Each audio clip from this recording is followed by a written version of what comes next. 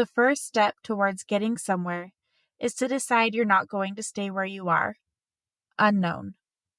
Join me as we jump into the Autism Navigation Pod.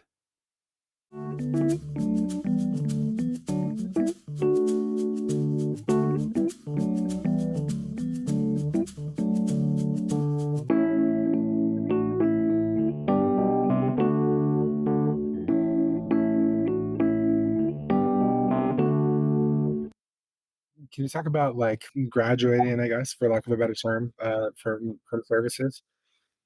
Yeah, so with Jareth, we had seen a lot of improvements at home and huge improvements at home. And while he still struggled in the school environment, it was becoming clear for us that there was less and less for him to work on with the therapist directly, and more for us to take over as parents and drive not just at home but also what was going on in school. Um, because we did struggle with his schooling, and getting him in the right classrooms, it was difficult. But especially when it came time for Lily to begin her services, because that took a little bit to get that going as well. We had just seen such improvement at home that we had made the decision that for now we're probably not in need of services nearly as much, and so we began that graduation process. Awesome. And how are they doing now? There's a lot of improvement. There are still things that we have to go through. With Jareth, I think, because so with Jareth's journey, we got him in preschool, and he did well in preschool, and he did so well that the preschool felt like when he went to kindergarten, he was ready for mainstream class, and I wish that we'd fought back more on it, because preschool went from 3 days a week for a couple hours with 12 or 13 kids to full-time kindergarten, hold all day kindergarten with 31 kids in the classroom and a teacher who was brand new, straight out of college, just got her teaching certificates. And he struggled. He struggled with, I think he wanted more attention than he was getting. And I think he struggled with the change in dynamics and the amount of children and just the sheer sensory overload. I wish that we'd fought more to have him in a different kind of classroom to begin with. It took us a while of trying a few different things to find the right school fit for him. And it wasn't until he was in second grade that we finally found a school that began to work. And that was for us, that was a homeschool. Lily was completely different. Yeah. She started kindergarten this last year. She's done fantastic. Well, and with Jareth, as far as schooling goes, we sat down with his teacher and we sat down with the principal and we let them know, here are some of his triggers. Here are some of the coping mechanisms. Here are some of the things you can do if he does get triggered. And we gave them some of the things that we had learned with the ABA stuff. And we even told them, we're like, this is stuff we learned from his RBT. This is stuff we learned from his BCBA. And I think that was very helpful, because when he would get into that point or into a meltdown or something, they could at least attempt. They still couldn't fully handle it, but at least we helped try and give those tools to them. So I think that's another thing. Don't just send your kid to school expecting them to be perfect either. You still need to be involved. You still need to, we are doing therapy. Here are some of the things we're noticing in therapy. Here are some of the things you might be able to try. As far as home life, since we graduated him, he used to throw things or at the drop of a hat. Like, he would do it all the time. And now he still will get frustrated. He'll get ready to throw something and you can see him stop. He stops himself, and then he will think about it. And then he might stomp upstairs to his room or something like that. But he very rarely hits anymore. He doesn't generally throw things. And it's like night and day. We had an alarm system at our house that would chime anytime the back door was open. And we kept the front door completely locked. It had to have a key to unlock it. And the back door, anytime you opened it, it would chime. And we had that because he was a runner. And we knew he would sneak outside and then he would take off and he would hide and not say anything. You'd be calling him and he would just not say anything. At the place we're at now, when we first moved here, I was a little bit worried and thinking we might need to get an alarm system again, but we haven't had any problems really with him running here, trying to take off and just get away. Normally he can calm down and we'll just, why don't you head up to your room, calm down for a little bit, listen to some music. So for him, it's pretty much night and day. And having them find things like the music thing, like he discovered that he can go up and he can listen to some music and calm himself down. Self-soothing techniques are huge for us. Giving him that time and that space to do what he needs to do to come back. And he's even better about vocalizing when he's frustrated and what he's frustrated about. Lily's begun to struggle a little more with that stuff now, and maybe we'll eventually look at doing some ABA services again. But our home life is so much better since from when it started.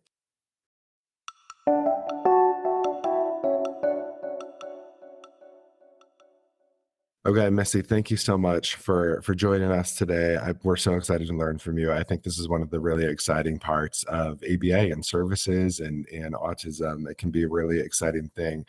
We know that there's graduation and there's also discharge. Can you kind of talk a little bit about the differences between the two of those? Yeah, so I have heard the word graduation used as long as I've been in the field, right? Which is a very long time. And what we typically referred to the graduation as meeting the skills that were necessary to be successful in school, or meeting the independence level so that you no longer needed to learn how to learn. And a successful ABA program will take a child from wherever they are when they start and move them through all of those skills. And for some kids, it could be, you know, 20 to 30 to 50 skills, but for other kids, it could be hundreds, depending on where they are in their developmental trajectory. Discharge is when a company decides that they're no longer going to service a child. And that could be for different things, right? It could be because the child met the goals in a treatment plan, or it could be because the parent and the agency aren't getting along. It could also be because the child needs to go to school and the agency doesn't service children after school. But I think it's really important that we don't confuse the two. I have seen some agencies lately who celebrate the graduation of clients when in fact what they're really celebrating is the fact that they're discharging to go to school. And there's nothing wrong with going to school and not having, completed all of the learning that still needs to happen. But I think if you look back to some of our earliest research papers on ABA, children were discharging or graduating to general education, right? They were ready to enter kindergarten or first grade or second grade with no special education supports. And I'm not seeing that necessarily happen, in the social media posts where people are celebrating graduation. So I don't think there's anything wrong with calling it a discharge because the child's going to start school. But I think I would like to see the field identify that, graduation is you have graduated from ABA, you no longer need this therapy. And maybe you need some other therapy, right? Maybe you need to have continued work on some of your anxiety or some of your attention deficit or some of your OCD, but that you don't need ABA anymore to learn how to learn or to regulate your behaviors. So who decides if it's graduation or discharge, and how do we kind of navigate those waters? Yeah, I think that's a wonderful question. And I know that you have been talking to parents on your podcast, and that parents, I want you to understand you are the most important part of a treatment plan. Your input is the most important part of a treatment plan. As behavior analysts, we know how to teach all kinds of behaviors, but we don't know everything about your child. You are the only person that knows about your child. And so you working with us makes the best treatment plan possible. And so the family and the clinician together will set that path. And it might be, oh, hey, mom, I want ABA until my child is ready to go to kindergarten, even if that means kindergarten special education. Whereas the BCBA may say, oh, hey, your child's 5, but in our center, we only serve children until age 8. So we'll keep your child until they turn 8. Um, the two together should really set what the goals are and understand, hey, we're working for a discharge or we're working for graduation, and then you can plan your treatment accordingly. Yeah, and I think that's a really good point, Missy. The thing that I see a lot is I'll go in, I'll talk to a family, and they'll say like, teach our kid what they need to know. Um, but it's so important to get that feedback on what's valuable to that child, or what's important, or what things that maybe that child wants to learn. So we are experts in teaching behavior and motivation and replacing difficult behavior, but we're not experts on brand new kids that we haven't met before. And so I really appreciate that part of your answer. Thank you. Is there anything that you would recommend for caregivers, parents, even clients or children themselves, if they are being what we're calling discharged, but they don't feel that their child is necessarily ready to graduate from services altogether? I have a great ABA recording. If any of your families want to access it, just shoot an email my way. As part of, we started a new organization down here. It's called a co-chapter of FABA, the Florida Association for Behavior Analysis, and our co-chapter down here is called Southwest Florida ABA. And so it's a bunch of different providers. They're all ABA providers, but they were all coming together to network together and support each other. And so we had a free autism awareness or autism acceptance training back in April on the ABCs of ABA. And it was really about like, this is how you know what a good ABA program is. And so when you go to pick your provider, these are the questions that you need to ask. And so I would have that upfront conversation when you're interviewing companies. Ask them about graduation versus discharge. Ask them if they have an age cutoff. When my brother and my husband and I moved down here to Naples, I called every Naples provider looking for ABA services for my brother, who's 44. And most of the agencies did not take anybody over 13, and none of them took anybody over 18.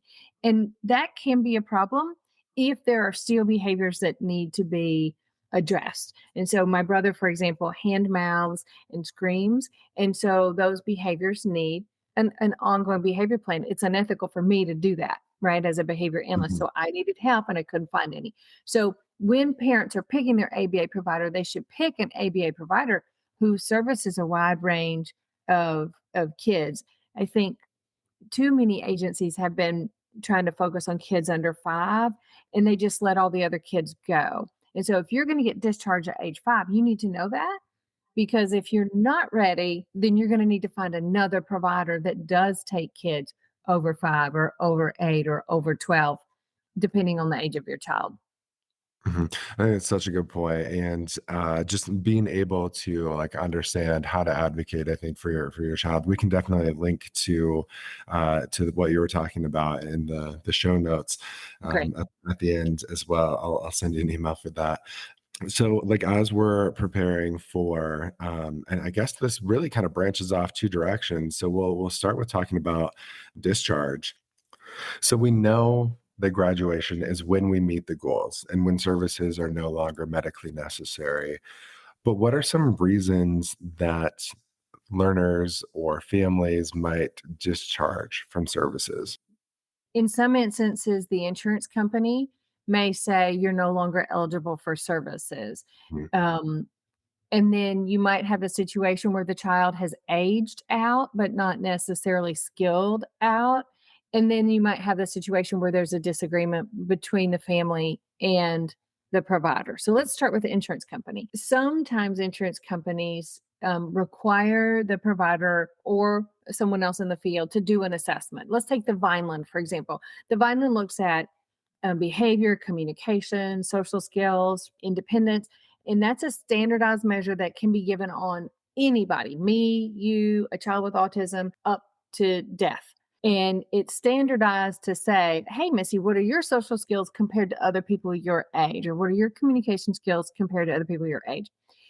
What we're seeing in the field today in 2023 is some BCBAs are sending parents a link via email, and they're asking families to do that evaluation themselves, when that evaluation should really be done through a comprehensive interview. And parents, when they're rating their child's skills, have a tendency to rate them higher than they really are. And so you might get an inflated test score that the insurance company takes that test score and they say, oh, this score is too high. Your child doesn't need ABA anymore.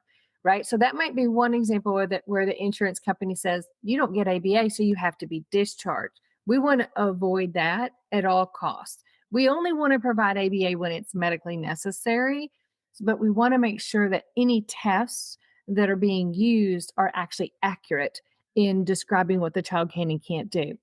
The second reason, right, is that the one we talked about previously, which is that the ABA company cuts off services at age 5 or age 8 or age 13, whatever their cutoff is. And so, again, I would ask that question before you start so that you don't have to have a conversation about discharge before you're ready. And then finally, if there's a disagreement and you can't come to terms, you might have to walk through what's working and what's not working. We had to discharge a family because their attendance was very poor. We gave them 2 written notices. We signed a special contract that talked about the importance of attendance, for the treatment to be successful. And in the end, we had to discharge because when you're a parent at a center, there's only so many vacancies, right? The center can probably only handle 15 to 20 or 25 kids. And so your child is taking up one of those slots. And if you're chronically absent, then that's a slot that someone else wants, because I don't know an ABA agency that doesn't have a waiting list. And so that might be an example of a difficult conversation, right? Coming to ABA on time and not having cancellations. But sometimes there are other difficult conversations, like abuelas, for example. Abuelas and other grandmother types can sometimes engage in behaviors that might hurt the therapy. If a treatment plan is developed and we've decided together with the parent that we're going to address tantrums this way, or we're going to address screaming that way, or we're going to address hitting this way, it's really important for everybody to do it the same, right? If you have one person doing plan A and another person doing plan B, then that's going to mess up your treatment plan. And I love abuelas and nannies and grandmas and minis. They're wonderful in a family. But if they're not following the treatment plan, that might result in a difficult conversation about how do we move forward. And sometimes, that might result in maybe we could do some parent training for the abuela or the nanny or the mimi. And so those are just a few of the difficult conversations that come up. And occasionally the parent might have a problem with the provider. It might be that, well, the provider's only going to give me girl RBTs and my child really likes boy RBTs. Now, the difficult conversation there is from an HR standpoint, a company cannot give you a gender specific therapist because that's engaging in discrimination. And so that might be a difficult conversation down the road. Now, if your child is genuinely scared of males or genuinely scared of females, then you would develop a treatment plan that works to address that fear so that they eventually can work with males or they eventually can work with females. But that would be part of the treatment plan, and that you're going to work on that for your child to learn those skills, because one day they're going to have a boy teacher or a girl teacher. And so they need to learn how to work with them.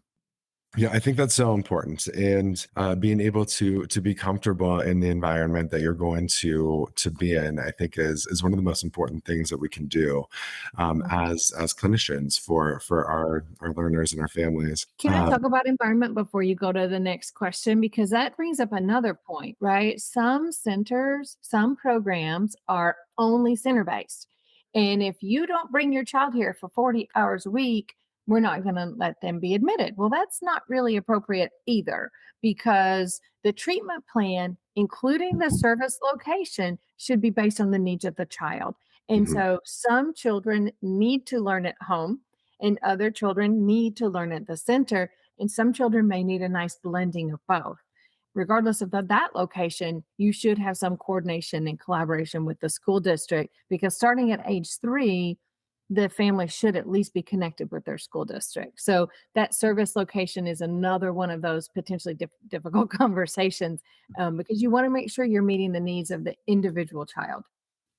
So typically, the conversations about discharge and graduation are not out of the blue. They're not surprising. So there will be an opportunity to kind of prepare to have these conversations amongst members of the treatment team. So, from a parent perspective or a caregiver perspective, or maybe the learner themselves, what types of things should they be prepared to talk about when they're going to be meeting about potentially discharging or graduation? Yeah, absolutely. So one of the fun parts of having an ABA program or running an ABA program is when the kids do graduate, right? So maybe they met some terminal place of agreement, and we see that a lot in the feeding literature. Because typically, if you're a picky eater, or or have some sort of diagnosed condition related to accepting foods, we can do an intervention fairly quickly, unless, of course, you have a tube or some other difficult situation. And so we discharged families a lot. And it was great. We would have a graduation celebration, usually at a restaurant, because a lot of kids haven't been to restaurants. It was a wonderful part of that celebration. In most cases, so we're going to throw feeding aside because it's pretty fast, right? It usually happens in a week to maybe 6 months. But when you're talking about ABA and a healthy program that you've been doing for a year, maybe 2 years, that you should at least have a 6 month plan for that discharge or for that graduation. And so, in that last 6 months, your BCBA has already highlighted that, oh, in 6 months we are going to be, working towards that discharge or that graduation, whatever the terminal point is, and these are the last few goals that we want to meet. As a parent, some of the questions you should be asking and probably are scared about is, what happens if my child starts to go backwards, right? What happens if my child's behaviors start to slip? Where do I turn? And for feeding, especially, we kept them on a 6 month follow up plan so that we were checking in with them once a month for 6 months to make sure that everything was going okay. But there should also be a phone number or a point of contact if something unusual happens. Like one of our clients, um, that they moved from one city to another city. A new baby was born, and the new baby had to go into the NICU for some time. So these were major life events, and that caused our graduate to go backwards a little bit. And I Mhm. think the family was nervous or embarrassed and didn't want to call and say, "We went backwards. We need your help." Families should never feel bad about calling back and asking for help.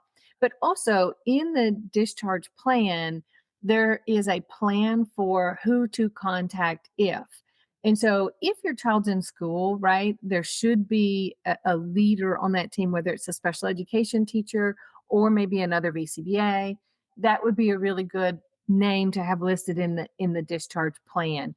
But I think the biggest question on families' minds are, what happens if, and that Mhm. if is usually if they start, going backwards. Right, which makes sense. I think there are so many things that are unpredictable in life, especially when you are going to have a new baby, or you're going to, have a big move coming up, or Mhm, just like maybe we have a different teacher at school. All of those things can really contribute to just life happening, and mhm, so mhm.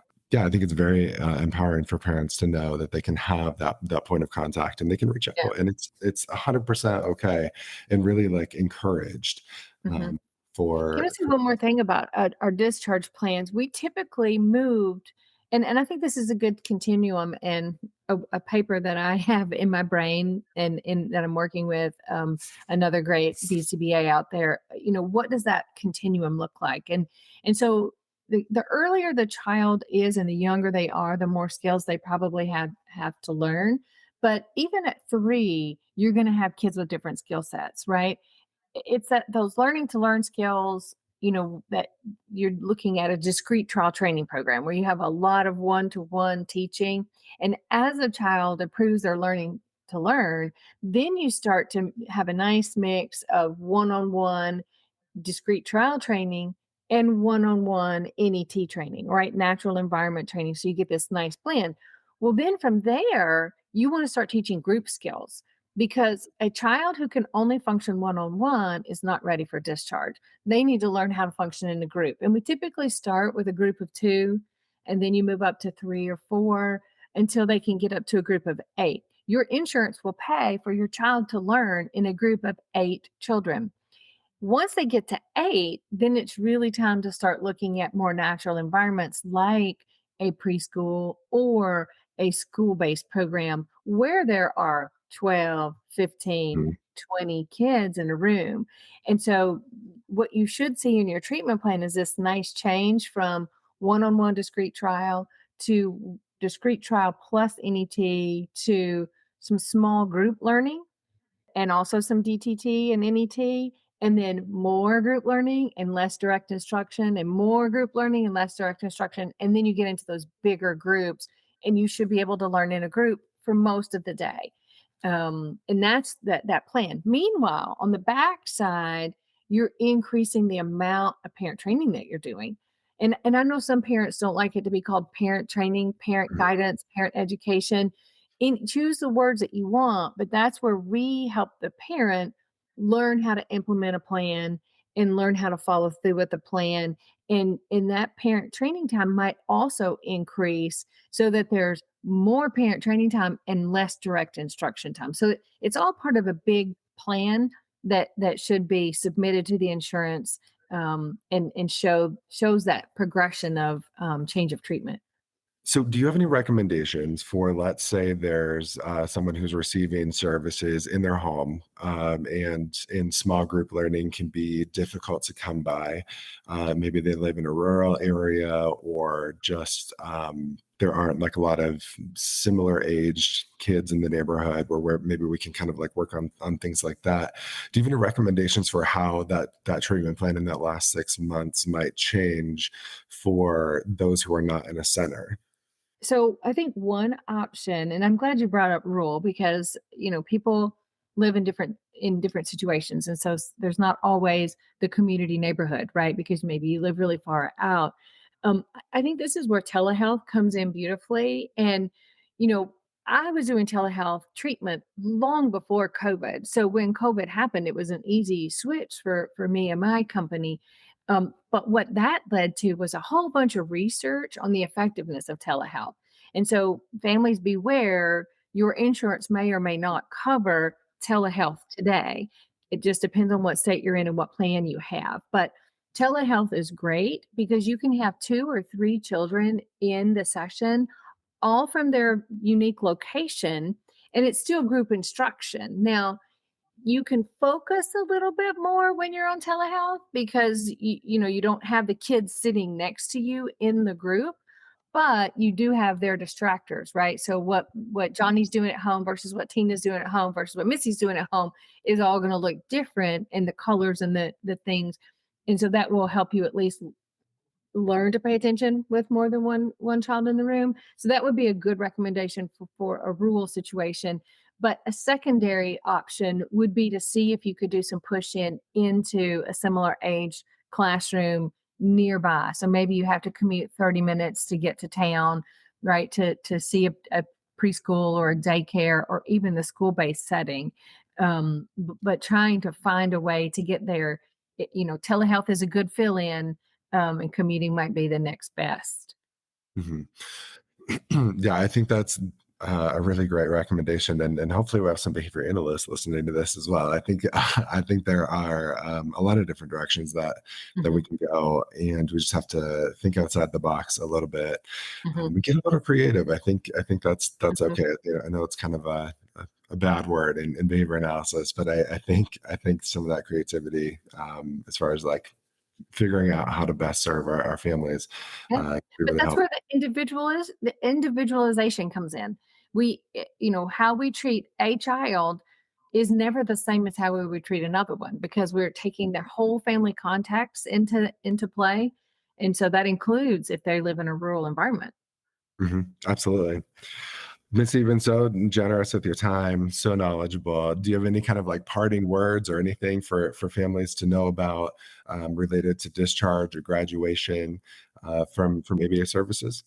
Well, I think there has been a push in the field against ABA, citing that ABA is harmful or abusive, and I think it's important for the families to know that they know their child better than anyone, and that means they know their child better than another person with autism. And so, don't let some of that online behavior or bullying behavior talk you out of getting the therapy that your child needs, but I also want to empower parents to understand that they should be able to talk openly to the BCBA about what they want for their child.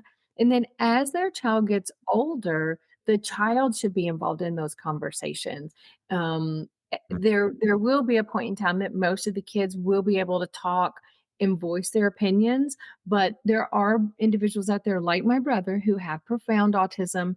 He can't talk, so he is not able to voice his concerns or add input onto what he wants to focus on. So just keep in mind that again, it is an individualized decision. So the parent is the voice until the child has a voice.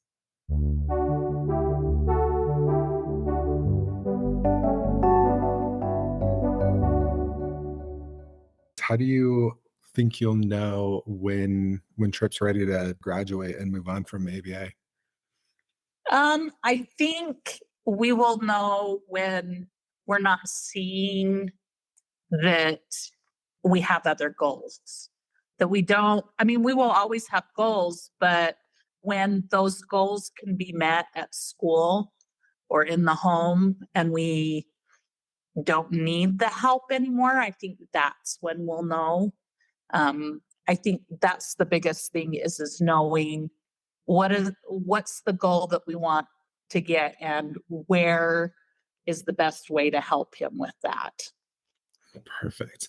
All right, last question. Any like words of encouragement or like advice for families who are at various points in the process of either getting an autism evaluation or seeking out ABA services? Yeah, so you know the biggest thing is that with ABA therapy, again, there's good ABA therapy, there's bad ABA therapy, and that your mommy heart or daddy heart will know and be involved. Push through. It's super frustrating, all the wait lists, but eventually, if you just keep moving forward, you're going to get past that wait list. And um, ABA for us has been life changing. That's the biggest thing that I tell people all the time. It's been life changing. But in order for that to be life changing, you need to find the right fit for your family. There are a lot of different companies, and some will not be the right fit for you. And I found that even the therapists within the company, some of those are not a right fit, and you need to be able to speak up and say, this is the goal and this isn't working and this is working and this is what we want. And you need to be very vocal about it.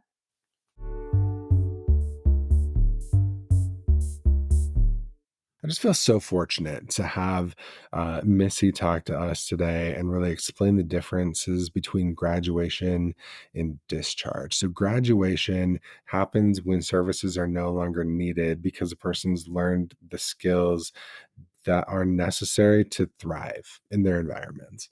Um, Discharge is a little more simple. It just means ending, services are ending, and it really could be for any number of reasons, but it doesn't necessarily mean they've met all their goals.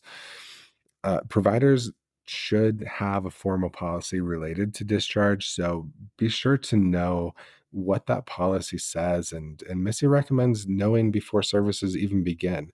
Know if there is an age cap, or if services can only be completed at a center.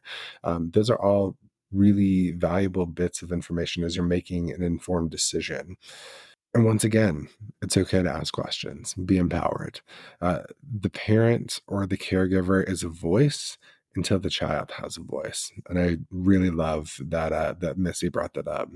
So if you have questions for Missy, send them over to us. It's autismnavigationpod@outlook.com.